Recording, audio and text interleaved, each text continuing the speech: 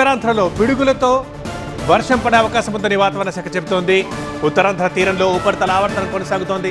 పశ్చిమ మధ్య బంగాళాఖాతంపై వాతావరణ ప్రభావం ఉంది. కర్ణాటక, తమిళనాడు మీదుగా ద్రోణి విస్తరించింది.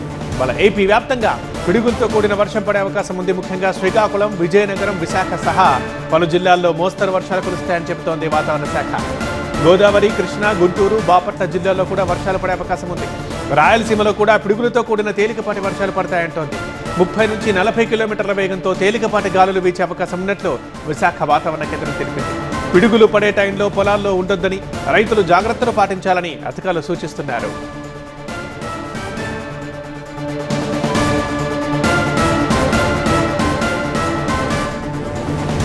ఇక రాష్ట్రంలోని మరి ఏ జిల్లాల్లో రెయిన్ ఎఫెక్ట్ ఉంది, ఎక్కడెక్కడ పిడుగులు పడే అవకాశం ఉందో మా సీనియర్ కరెస్పాండెంట్ ఖాజా విశాఖ తుఫాను హెచ్చరికల కేంద్రం నుంచి రిపోర్ట్ చేస్తారు. ఖాజా, అకాల వర్షాలతో తీవ్రంగా పంట నష్టం వాటిల్లుతుంది. అయితే ప్రస్తుత పరిస్థితులు ఏ విధంగా ఉన్నాయి, వాతావరణం రాబోయే 4 రోజుల పాటు ఏ విధంగా ఉంటుందంటే మనతో మాట్లాడేందుకు విశాఖ తుఫాను హెచ్చరికల కేంద్రం అధికారి కేవీఎస్ శ్రీనివాస్ ఉన్నారు.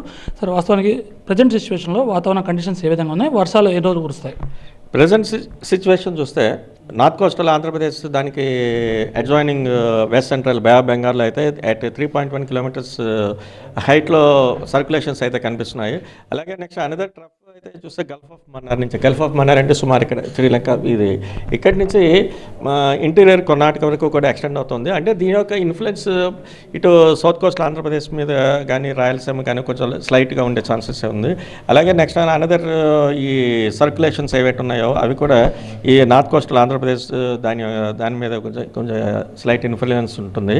So next coming 3 to 4 days వరకు కూడా ఐసోలేటెడ్ ప్లేస్ అంటే 1-2 చోట్ల పరిమితం అయినప్పటికీ కూడా ఈ థండర్ స్టార్మ్ యాక్టివిటీస్, అలాగే దానికి అసోసియేట్ విత్ లైట్నింగ్, నెక్స్ట్ దాని ద్వారా మనకు వచ్చేటువంటి స్ట్రాంగ్ విండ్స్ ఏవైతే ఉన్నాయో అవి కూడా ఈ రోజు వరకు చూస్తే 40 నుంచి 50 కిలోమీటర్స్ వరకు వెళ్ళే ఛాన్స్ అయితే ఉంది. Some times it may go beyond 50 to 60 kilometres. అలాగే నెక్స్ట్ రేపటి నుంచి మటుకు గ్రాడ్యువల్గా ఈ విండ్ స్పీడ్స్, ఈ థండర్ స్టార్మ్ యాక్టివిటీ కంటిన్యూ అవుతుంటుంది. ప్లస్ విండ్ స్పీడ్స్ మటుకు 30 to 40 కిలోమీటర్స్ ఉండే ఛాన్స్ అయితే. ప్రధానంగా ఏ జిల్లాలపై ప్రభావం పడే అవకాశం ఉంది? ప్రధానంగా చూస్తే ఇటు నార్త్ కోస్టల్ ఆంధ్రప్రదేశ్లో ఉన్నటువంటి విజయనగరం, అల్లూరు సీతారామరాజు, నెక్స్ట్ మళ్ళీ ఈ పార్వతీపురమన్యం, అల్లూరు సీతారామరాజు ఈ జిల్లాల్లో థండర్ స్టార్మ్ యాక్టివిటీస్ ఎక్కువ ఛాన్స్ ఉంది. ఈ 3 to 4 days వరకు టెంపరేచర్ అయితే పెద్దగా చేంజెస్ అయితే కనిపించట్లేదు. ఆ తర్వాత స్లైట్గా రైజ్ అయ్యే ఛాన్స్ అయితే ఉంది.